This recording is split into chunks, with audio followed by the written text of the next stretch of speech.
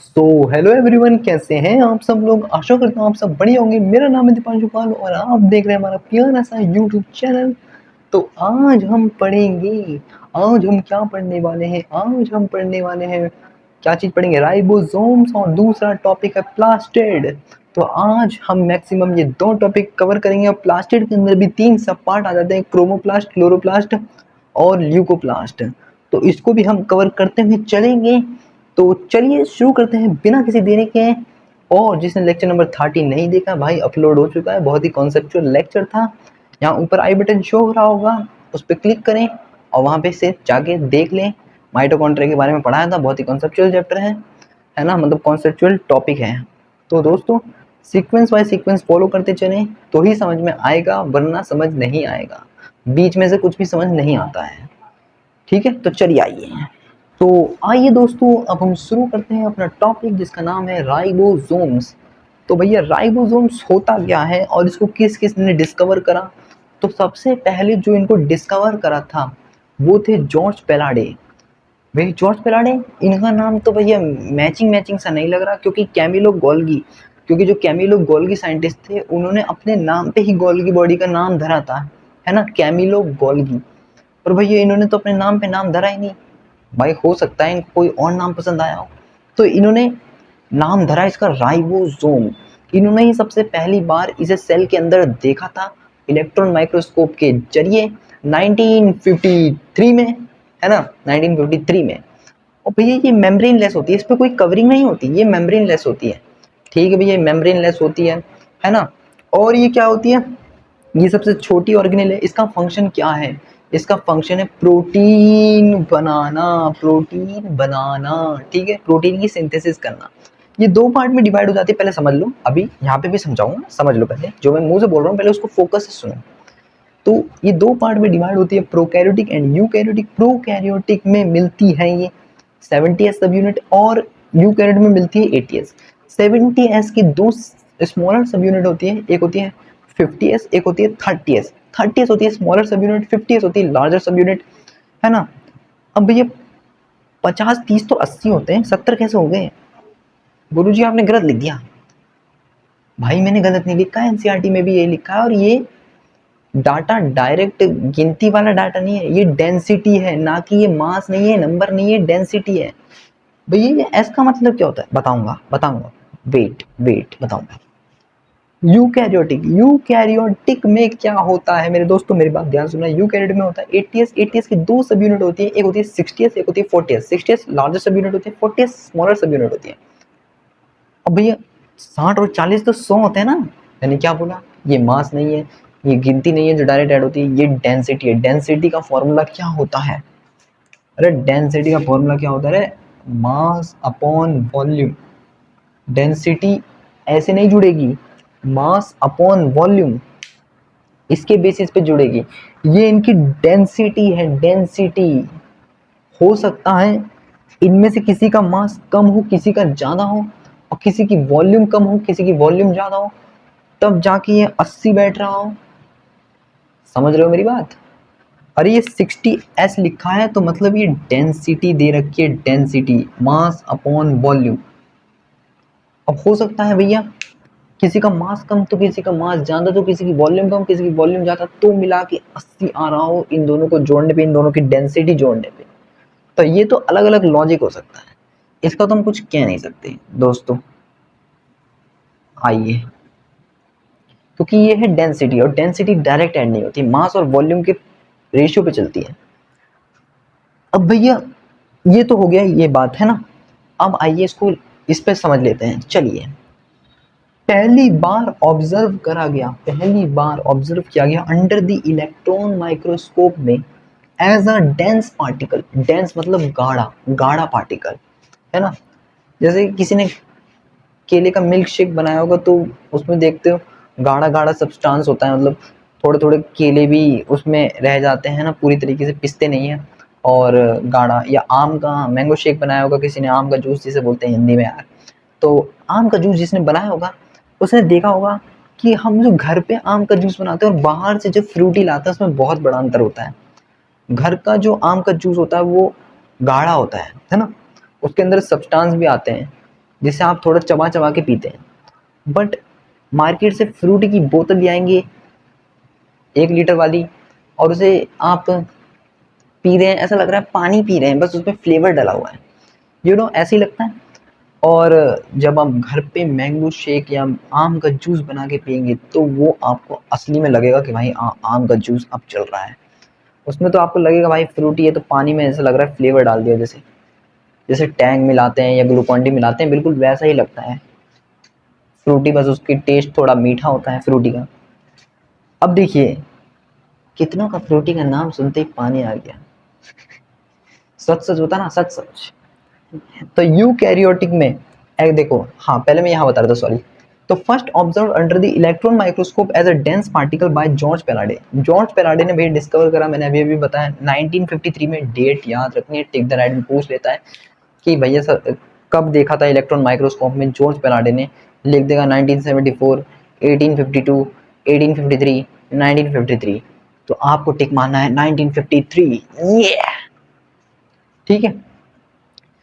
ये सबसे smallest organelle होती है, मेम्ब्रेन लेस होती है, कोई मेम्ब्रेन नहीं होती है, फंक्शन प्रोटीन की सिंथेसिस करती है।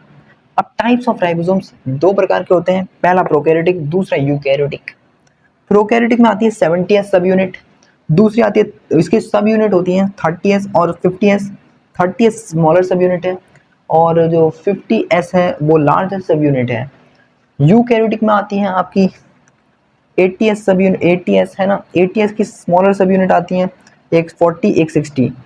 अब देखो ये स्मॉलर सब यूनिट है, ये लार्जर सब यूनिट है। इसके देखो यूकैरियोटिक के अंदर एग्जांपल है माइटोकॉन्ड्रिया, क्लोरोप्लास्ट, साइटोप्लाज्म, इन सब में राइबोसोम मिलता है, बट राइबोसोम का अमाउंट अलग अलग है। देखो साइटोप्लाज्म में तो 80s मिल रहा है, बट माइटोकॉन्ड्रिया और क्लोरोप्लास्ट में 70s मिलता है। इसमें इस यूकैरियोट में बोथ 70s और 80s दोनों तरह की डेंसिटी प्रेजेंट होगी। इसमें सिर्फ 70s ही प्रेजेंट होती है ओनली इसमें, ठीक है। इतनी बात समझ में आ गई। और क्या बताने वाला था मैं, ये 70s 30s। चले आगे बढ़ते हैं। हाँ जी, देखिए नोट वाला अभी नहीं, नोट वाला से पहले आप इसको ये समझिए, ये समझिए। तो देखिए राइबोसोम होता क्या है, राइबोसोम मिलके बना है RNA plus protein, RNA plus protein. जब मैंने प्रोकैरियोटिक एंड यूकैरियोटिक का डिफरेंस पढ़ा रहा था तो वहां पे मैंने बताया था कि डीएनए से आरएनए बनता है और आरएनए से प्रोटीन कैसे बनता है, जब बहुत सारे क्या होते हैं राइबोसोम सिंगल एमआरएनए पे आ जाते हैं, जिसे हम पॉलीसोम भी बोलते हैं, तो तब ये बनता है ना। तो जब बहुत सारे जो मतलब जो सिंगल एमआरएनए है, ये सिंगल एमआरएनए, देखो मैं लिख के समझाता हूँ आपको ज़्यादा अच्छे समझ में आएगा। ये एमआरएनए है और इस पे बहुत सारी प्रोटीन आ गई है, बहुत सारे प्रोटीन आ गई हैं। प्रोटीन मतलब ये इस पे अटैच होगी इस तरीके से, कुछ इस तरीके से अटैच होगी मेरे दोस्तों, ऐसे protein protein protein protein protein. जब बहुत सारे प्रोटीन सिंगल एमआरएनए पे आ जाते हैं तो उसको बोलते हैं हम राइबोसोम, है ना। अब पर यही वही बात है, इसको आप डिटेल में पढ़ेंगे जेनेटिक्स के चैप्टर में, क्लास 12 में। अभी नहीं भी समझोगे कोई दिक्कत नहीं है, बस इतना याद कर लो, राइबोसोम आरएनए प्लस प्रोटीन होता है जिसको हम बोलते हैं राइबो न्यूक्लियो प्रोटीन। एस क्या होता है, सिड वर्क यूनिट। अब आप बहुत देर से पूछ रहे थे ना, बहुत देर से आप पूछ रहे थे कि भैया सिड, ये एस क्या है, ये एस क्या है, ये एस क्या है, ये एस क्या है, ये इनमें एस लिखा है, ये है क्या। इसका मतलब होता है सिडवर्ग यूनिट, सिडवर्ग यूनिट। भैया सिडवर्ग यूनिट होती क्या है, और इसको सिडवर्ग यूनिट को हम सेडिमेंटेशन कोफिशिएंट भी बोलते हैं। मान लीजिए ये एक ग्लास है, मान लीजिए एक ग्लास है और इसको मैं घुमा रहा हूँ, सेंट्रीफ्यूगेट कर रहा हूँ, इसको मैं तेजी से ऐसे घुमा रहा हूँ, है ना। तो इसके अंदर का जो फ्लूइड है वो भी घूम रहा है, इसके अंदर कोई फ्लूइड भरा पड़ा है, मान लीजिए साइटोप्लाज्म भरा पड़ा है इसके अंदर, वो घूम रहा है, घूम रहा है, घूम रहा है, घूम रहा है, घूम रहा है। मिक्सी देखिए, मिक्सी देखिए, उसके अंदर जब आप दूध डालते हैं और मान लीजिए आप बनाना शेक यानी केले का जूस बना रहे हैं, तो आप बनाना शेक बना रहे हैं तो उसके लिए क्या करेंगे, आप केले डालेंगे, दूध डालेंगे, चीनी डालेंगे, और आपके पास ड्राई फ्रूट्स हैं तो आप ड्राई फ्रूट्स भी डालेंगे, है ना। जिसके पास नहीं है वो नहीं डालेगा। अब देखिए, जैसे किसी ने ड्राई फ्रूट्स डाले, अब आप देखना, आप क्या करते हो, मिक्सी ऐसे घुमाते हो धर, तो क्या होगा, अंदर का सामान तेजी में ऐसे घूमता है, सेंट्रीफ्यूगेट होता है। सेंट्रीफ्यूगेट, आप ऊपर से हाथ भी लगा के रखते हो कि भैया ऊपर ना उड़ जाए कहीं, तो सेंट्रीफ्यूगेट होता है सामान, सेंट्रीफ्यूगेट। तो मेरी बात बताओ मेरे भाई, जो भारी सामान होगा वो जल्दी जल्दी नीचे जाएगा, और जो पिस चुका होगा, मान लो जिसको पिस का चूरा बन चुका होगा, वो ऊपर ऊपर उड़ता रहेगा, और जो भारी सामान होगा वो नीचे आता रहेगा। क्यों? क्योंकि उसकी डेंसिटी ज़्यादा है, जिसकी डेंसिटी ज़्यादा है वो उतनी जल्दी सेडिमेंट होगा, और वो जितनी जल्दी सेडिमेंट होगा वो उतनी ही जल्दी फिर क्या होता है, मिक्सी में पिस जाता है। भाई मिक्सी के अंदर तो वो ब्लेड लगे हुए हैं जिसके कारण वो पिस रहा है, तो वो इतनी तेज तेज घुमाते हैं, मिक्सी इतनी तेज तेज सेंट्रीफ्यूगेट करती है, इतनी तेज तेज, इतनी तेज तेज, इतनी तेज तेज, इतनी तेज तेज, जिससे क्या होता है, जो भारी डेंस, जिसकी डेंसिटी ज़्यादा है, जो डेंस पार्टिकल है वो नीचे आएंगे, नीचे आते चले जाएंगे, नीचे आते चले जाएंगे, और जो हल्के हैं वो ऊपर रहते चले जाएंगे। जो जितना हल्का होगा वो उतना ऊपर, जो जितना हल्का होगा वो उतना ऊपर, जो जितना हल्का होगा वो उतना ऊपर। ठीक है, इतनी बात समझ में आई। तो एस का मतलब होता है सिडबर्ग यूनिट सेडिमेंटेशन कोएफिशिएंट। इसका मतलब ये है कि velocity with which a particle, way velocity particle की जिसमें मूव कर जाता है वो सेडिमेंट, मतलब नीचे धस जाता है, नीचे धसता चला जाता है ड्यूरिंग ड्यूरिंग सेंट्रीफ्यूगेशन। मतलब इतनी तेज से सेंट्रीफ्यूगेट हो रहा है, इतनी तेजी से ड्यूरिंग सेंट्रीफ्यूगेशन के दौरान, जो जितनी जिसकी जितनी ज़्यादा डेंसिटी होगी वो उतनी ही तेज़ी से धंसता चला जाएगा। अब मान लीजिए मैंने क्या करा, मैंने वॉशिंग मशीन ली, वॉशिंग मशीन में भी क्या होता है, पानी घूम रहा है। अब मान लीजिए आप एक तरीके से मान लीजिए वो वॉशिंग मशीन बस एक ही तरफ को घूमी जा रही है, घूमी जा रही है। जैसे वॉशिंग मशीन में क्या होता है, थोड़ी देर इधर को घूमती है फिर इधर को घूमती है, बट हम मान रहे हैं कि वो एक ही जगह घूमी जा रही है, ऐसे ऐसे घूमी जा रही है, भवंडर सा बना रही है। अब आपने दो बॉल ले ली, छोटी छोटी बॉल ले ली, एक ले ली वैसी जो पानी वाली बॉल होती है, जैसे पानी में डालते हैं तो फूल जाती है, बड़ी हो जाती है ना, तो आपने फूली हुई बॉल ले ली, वो रबड़ की है ना, और एक ले ली आपने मेटल की बॉल। अब आपने मेटल की बॉल को चलते हुए सेंट्रीफ्यूगेट पानी में डाला, और वही रबड़ वाली बॉल को डाला। जब आपने दोनों को डाला तो ऑब्जर्वेशन में क्या पाया, मुझे खुद बताइए ईमानदारी से, कि जो मेटल वाली बॉल होगी वो जल्दी धसेगी, या फिर जो रबड़ वाली बॉल होगी वो जल्दी धसेगी, मतलब सेडिमेंट होगी। तो कौन जल्दी सेडिमेंट होगी, मुझे कमेंट बॉक्स में ज़रूर बताएं। तो इसका आंसर होगा मेटल वाली बॉल जल्दी सेडिमेंट हो जाएगी एज कंपेयर टू कौन सी, रबड़ वाली बॉल, क्योंकि मेटल वाली बॉल की डेंसिटी ज़्यादा है, ओवरऑल मास भी उसका ज़्यादा है, तो वो भारी ज़्यादा है, तो जिसके कारण वो तेज़ी से ऐसे धंसती चली जाएगी, है ना। जब पानी ऐसे ऐसे गोल गोल गोल घूम रहा होगा तो वो तेज़ी से सेडिमेंट कर जाएगी, क्योंकि जिसकी जितनी ज़्यादा डेंसिटी उतनी ज़्यादा हो। अरे मान लीजिए आप लेक में, लेक के पास खड़े हैं, आप पत्थर, मोटा पत्थर फेंकेंगे पानी के अंदर, वो तुरंत नीचे बैठ जाएगा। वहीं आपने छोटा सा कंकड़ डाला, वो थोड़ी देर में जाके बैठेगा। समझ रहे मेरी बात। आपने पत्थर फेंका और मान लीजिए आपने गुब्बारा फुला के फेंका, गुब्बारा डूबेगा, या तो वो आधा पानी में रहेगा या आधा ऊपर रहेगा। बट जो बड़ी ईंट फेंक के मारी आपने पानी के अंदर, वो तो तुरंत ही डूब गई, तो उसकी डेंसिटी ज़्यादा थी इसलिए वो जल्दी में डूब गया। और जो हल्का पार्टिकल था वो उतना ही ऊपर रहेगा, जितना हल्का होगा वो उतना ऊपर रहेगा, जितना हल्का होगा वो उतना ऊपर रहेगा, और जो सबसे हल्का होगा वो तैरता चला जाएगा। ठीक है। और अब आते हैं नोट वाले पॉइंट पे, कि भैया सेडिमेंटेशन को it is indirect measure size and density. इसको इनडायरेक्ट मेजर करता है किसको, साइज एंड डेंसिटी को। कौन? ये सिडबर्ग यूनिट। तो ये क्या है, ये सिडबर्ग यूनिट है। 30th का मतलब सिडबर्ग यूनिट, 50th का मतलब Svedberg unit, 50 Svedberg unit, 30 Svedberg unit, 80 Svedberg unit. But हम जनरली शॉर्ट फॉर्म में ऐसे बोलते हैं 80s, 30s, 50s। और एक, हाँ मुझे याद आ गया कि मैं क्या बताने वाला था इन दोनों के बीच में। क्या आपको इनके बीच में कुछ हिंट सी नजर आ रही है, ताकि आपको आसानी से याद हो जाए? देखिए ये ऑड नंबर है, 70 क्या है, 7 क्या है, 7 एक ऑड नंबर है, तो ये भी ऑड नंबर से ही मिलके बने हैं। याद रखिए 3 और 5 ऑड नंबर है, ऐसे आपको याद होगा 3 और 5 ऑड नंबर है, बीच में जो 4 है उसे हटा दो, गोली मार दो। 80s, 80s भी एक इवन नंबर है, अब तो ये दोनों भी इवन नंबर से मिलके बने हैं। अब देखिए इसके बीच में से 5 हटा दीजिए, 4 और 6, 4 और 6, 4 और 6 इवन नंबर है, तो इस तरीके से आपको पूरा राइबोसोम्स क्लियर होगा, आशा करता हूँ दोस्तों। अब हम बढ़ते हैं अपने अगले टॉपिक की तरफ जिसका नाम है प्लास्टिड। तो चलिए आइए दोस्तों अब हम पढ़ते हैं अपना अगला टॉपिक जिसका नाम है भैया प्लास्टिड। तो क्या है प्लास्टिड में, आइए देखते हैं दोस्तों क्या है जी। ये प्रेजेंट होता है ऑल प्लांट्स में एंड यूग्लिनोइड्स में, ठीक है ना।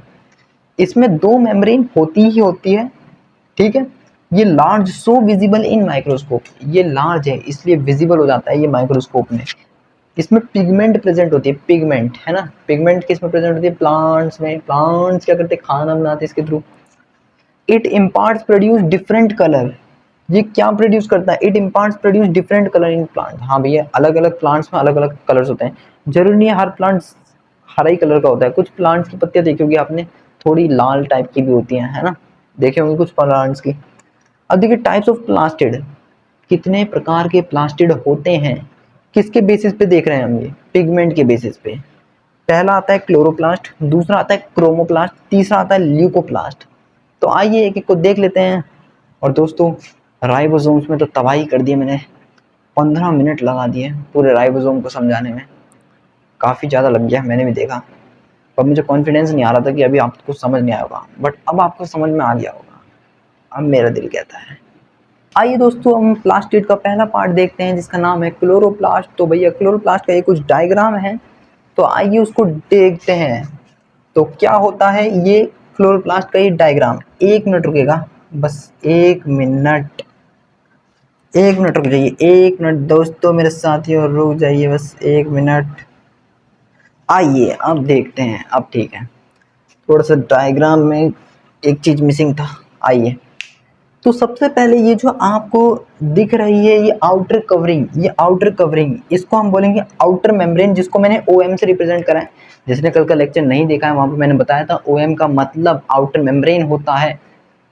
ये शॉर्ट फॉर्म में लिखना बताया था कि ऐसे लिखेंगे शॉर्ट फॉर्म में ओएम, पेपर में नहीं लिखना, पेपर में आउटर मेम्ब्रेन लिखना है, बट लिख लीजिए आप यहाँ पे भी कि ओएम का मतलब होता है आउटर मेम्ब्रेन, ठीक है ना, ये होता है।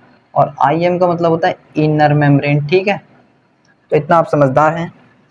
तो ओएम का मतलब होता है आउटर मेम्ब्रेन, इसमें प्रेजेंट होते हैं पोरिन्स प्रोटीन। कौन से प्रोटीन, पोरिन्स प्रोटीन, और ये पोरिन्स प्रोटीन प्रेजेंट होते हैं, ठीक है।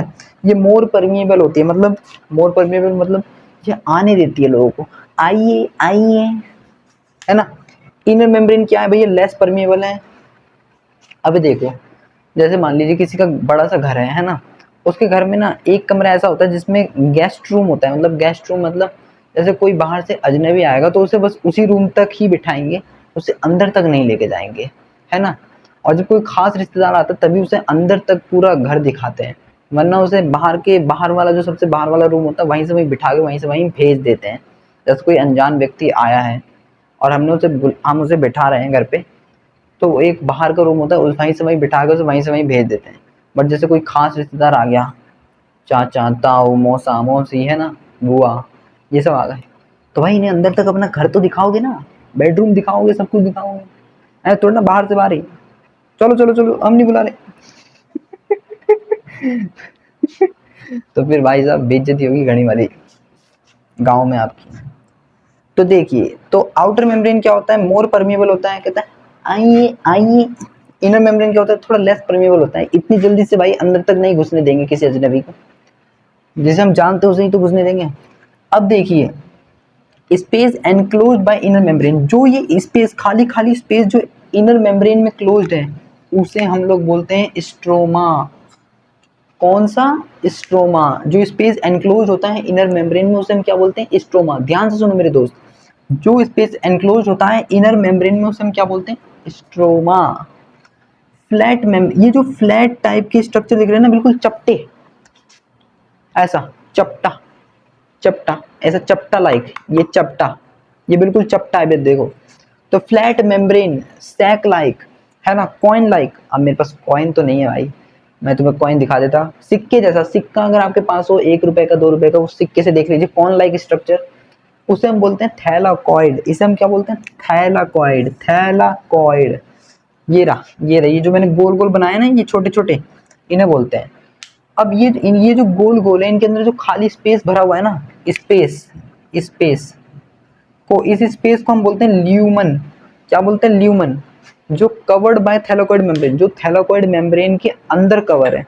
जैसे ये थैलाकोइड की मेम्ब्रेन है बाहर वाली है ना, इसके अंदर जो ये कवर है स्पेस, इसे बोलेंगे हम ल्यूमन। ठीक है, इसे बोलेंगे ल्यूमन, और ये है थैलाकोइड की मेम्ब्रेन, और इसके अंदर जो खाली स्पेस है इसको बोलते हैं lumen.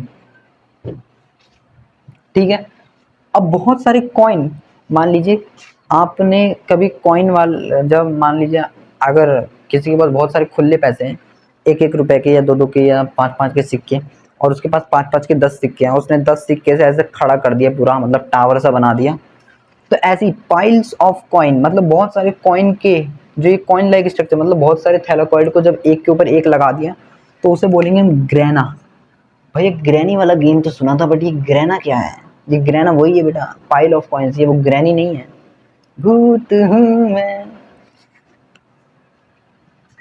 Stromal lamella, stromal lamella क्या होता है? Tubule like structure. भैया टिब्यूल लाइक मतलब एक ट्यूब लाइक स्ट्रक्चर है जो कनेक्ट कर रही है दो ग्रेना को। अब कैसे बताऊं? कैसे बताऊं दोस्तों, कुछ बताने के लिए नहीं है। अब मान लीजिए ये है क्या, ये मान लीजिए आपकी ग्रेना है, बहुत सारे कॉइन से मिलके इकट्ठा हुई है ना, एक और यहाँ पे एक और मान लीजिए, और इसको कनेक्ट करने वाली ये जो पाइप है इसको बोलेंगे स्ट्रोमल लेमिला।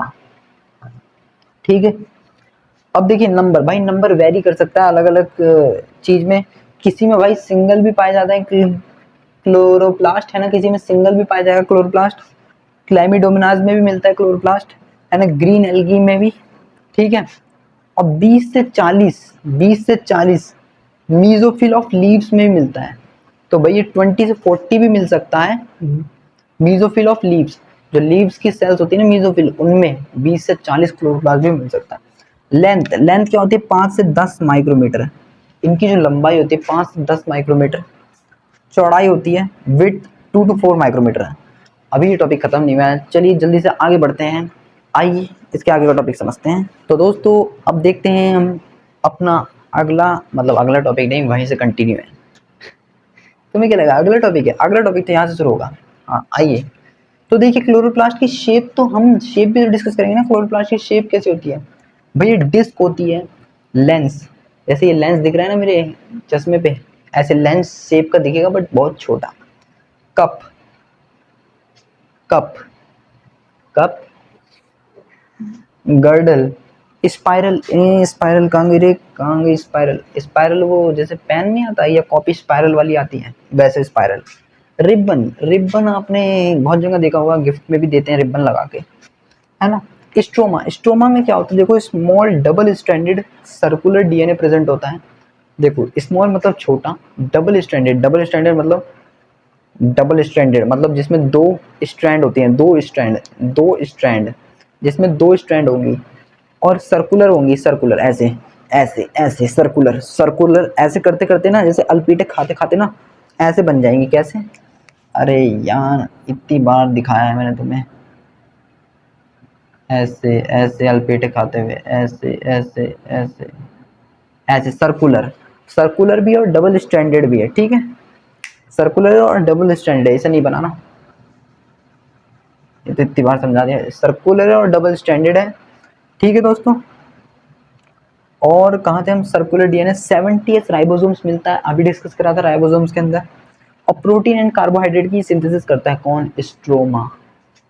अब देखिए पिगमेंट क्या होते हैं? फैट सोल्यूबल होते हैं, जिसमें क्लोरोफिल ए मेन पिगमेंट है। कैरोटिनॉइड एसेसरी पिगमेंट्स के अंदर आता है, जिसके अंदर दो पार्ट्स होते हैं, carotene and xanthophylls. Okay, leucoplast, leucoplast में पिगमेंट अब्सेंट होती है, पिगमेंट्स नहीं होती, ये कलरलेस होते हैं। तो भैया काम क्या करते हैं फिर? ये 3 टाइप्स के होते हैं ल्यूकोप्लास्ट, है ना। On the basis of shape, ये हमने shape, size and stored food के अकॉर्डिंग डिवाइड करें 3 पार्ट्स में। तो 3 पार्ट्स में डिवाइड हुए हैं, किसके बेसिस पे? Shape, size and stored food. हालांकि शेप साइज एनसीईआरटी में गिवन नहीं है, बट स्टोर्ड फूड गिवन है। तो देखिए अमाइलोप्लास्ट, एल्यूरोप्लास्ट और एलियोप्लास्ट, ये देखो नाम याद करना ढंग से, अमाइलोप्लास्ट, एल्यूरोप्लास्ट और एलियोप्लास्ट। देखो ये एल्यूरो है, एल्यूरोप्लास्ट, और ये एलियोप्लास्ट, एलियोप्लास्ट, एलियोप्लास्ट। ठीक है, देखो अमाइलोप्लास्ट क्या करता है, स्टार्च को स्टोर करता है। भैया स्टार्च क्या होता है, कार्बोहाइड्रेट। कार्बोहाइड्रेट को क्या करता है, ये स्टोर करता है दोस्तों। एल्यूरोप्लास्ट क्या करता है, प्रोटीन को स्टोर करता है। अच्छा, और एलियोप्लास्ट क्या करता है, फैट एंड ऑयल को स्टोर करता है। तो अब हम बढ़ते हैं इसके तीसरे पार्ट, मतलब तीसरे पार्ट पे, सॉरी दोस्तों, इसके तीसरे पार्ट पे बढ़ते हैं। अब हम क्लोरोप्लास्ट हो गया, ल्यूकोप्लास्ट हो गया, अब हम बढ़ते हैं क्रोमोप्लास्ट पे, और देन उसको लास्ट टॉपिक रखेंगे आज का। तो चलिए जल्दी जल्दी करते। अरे अरे अरे, कहाँ जा रहे हो भैया। तो हाँ दोस्तों, अब हम देखने वाले हैं क्रोमोप्लास्ट। तो आइए आज का लास्ट टॉपिक, और फिर उसके बाद आपकी जल्दी से कर देते हैं थोड़ी छुट्टी। तो क्रोमोप्लास्ट, क्रोमोप्लास्ट भैया क्या है, नाम से ही पता लग रहा है क्रोमोप्लास्ट। भैया क्रोमोसोम है क्या कुछ, ना ना ना ना ना ना, ना गलत समझ रहे। देखो क्रोमोप्लास्ट, जैसे आपने गाजर देखी है, गाजर लाल ही क्यों होती है, मिर्ची लाल ही क्यों होती है, टमाटर ऑरेंज या लाल क्यों होता है। भैया पेड़ पौधे तो हरे भरे होते हैं ना, तो इनमें लाल कलर कहाँ से आ रहा है, ये लाल संतरी मतलब लाल और ऑरेंज टाइप का कलर कहाँ से आ रहा है इनमें। ये काम करता है हमारा क्रोमोप्लास्ट। जब क्लोरोप्लास्ट से चेंज हो जाता है क्रोमोप्लास्ट में, तो ये कलर आता है। तो आइए देखते हैं इस कलर के बारे में। रेड ऑरेंज येलो, ये तीन चार जो कलर हैं, ये जब आ जाते हैं तो मतलब जो प्लांट है, जो प्लांट टाइप है ना, उनमें क्या होता है, ये आ जाता है। कौन आ जाता है, क्रोमोप्लास्ट आ जाता है। उसमें क्या प्रेजेंट है, क्रोमोप्लास्ट। अगर मिर्ची लाल कलर की है तो उसमें क्रोमोप्लास्ट प्रेजेंट है। जो हरी कलर की मिर्चियां होती हैं उनमें क्लोरोप्लास्ट प्रेजेंट होता है, और जो लाल कलर की मिर्चियां प्रेजेंट होती हैं उनमें क्लोरोप्लास्ट प्रेजेंट होता है। मेनली कैरोटिनॉइड, इनमें मेनली कैरोटिनॉइड होता है। अभी हमने जो वो वाला नहीं देखा था, पिगमेंट का जो फैट सोल्यूबल का चार्ट देखा था अभी साइड में इधर की तरफ, है ना, जिसमें भैया मेन पिगमेंट था क्लोरोफिल, एसेसरी पिगमेंट कैरोटिनॉइड, जिसमें कैरोटीन जेंथोफिल आता है। तो ये एसेसरी पिगमेंट, ये एक एसेसरी पिगमेंट की तरह काम करता है। इसमें एसेसरी पिगमेंट प्रेजेंट होती है, मेन पिगमेंट नहीं। अब मान लीजिए चिली मतलब मिर्ची, टमाटो टमाटर, ये ग्रीन कलर के हैं। आपने जब देखा होगा, जब पौधा, जब कच्ची मिर्चियां होती हैं और टमाटर होते हैं, तब वो हरे कलर के दिखते हैं। तब जब हम पूछते हैं अपने दादी से, नानी से, तो और जब हम पूछते थे कि दादी जी टमाटर उग गया क्या, तो कहती थी नहीं अभी ये कच्चा है, अभी से नहीं तोड़ना। बट जब वो उग जाता था तब वो लाल हो जाता था। अब पता, तब हमें भी पता लगने लगता था, अरे लाल हो गया है तो अब पक्का हो गया है, अब इसे तोड़ लेते हैं। तो ये चेंज हो जाता है रेड कलर में। और क्रोमोप्लास्ट, इसमें क्या होता है, क्रोमोप्लास्ट प्रेजेंट हो जाता है। और ऑरेंज कलर में कैरोट, जब कैरोट कच्ची होती है तो वो तो जमीन के अंदर होती है, उसका तो कलर नहीं बता सकते। बट वो जब पक जाती है तो आपने भी देखा होगा ऑरेंज कलर की निकलती है ना। तो ये कलर जो आता है क्रोमोप्लास्ट की वजह से आता है। तो लास्ट का टॉपिक तो बिल्कुल था ना, बिल्कुल रंग बिरंगा सा, जिंदगी में रंग भर गया मेरे। तो दोस्तों वीडियो अच्छी लगी हो तो क्या चैनल को लाइक करना, सब्सक्राइब करना और बेल नोटिफिकेशन का बटन दबा देना, ताकि आगे के लेक्चर भी आते रहें। बस 3-4 लेक्चर और लगेंगे और ये चैप्टर फिनिश हो जाएगा दोस्तों। चिंता की बात नहीं है, ज़्यादा नहीं बचा है। वैक्यूल बचा है, और उसके बाद सील एंड फ्लैजला बचा है, और सेंट्रियोल एंड सेंट्रोजोम्स बचे हैं, और क्या बचा है, और न्यूक्लियस बचा है, देन साइटोस्केलेटन, माइक्रोबॉडीज। हाँ थोड़ा सा ही बचा है, ज़्यादा नहीं बचा है। सुनने में ज़्यादा लग रहा है ज़्यादा बच रखा है, मजाक कर रहा हूँ। थोड़ा सा ही बचा है, ज़्यादा नहीं बचा है। तो यहीं तक रखते हैं। और हाँ, जिसने टेलीग्राम चैनल ज्वाइन नहीं करा है, नोट्स वहाँ पे मिलते हैं इसके पूरे हैंड रिटन। तो यहाँ पे स्कैनर शो हो रहा होगा, आप इसे ज्वाइन कर लीजिएगा। तो तब तक के लिए मैं चलता हूँ, तब तक अपना ध्यान रखें। Okay thanks, bye bye, Tata.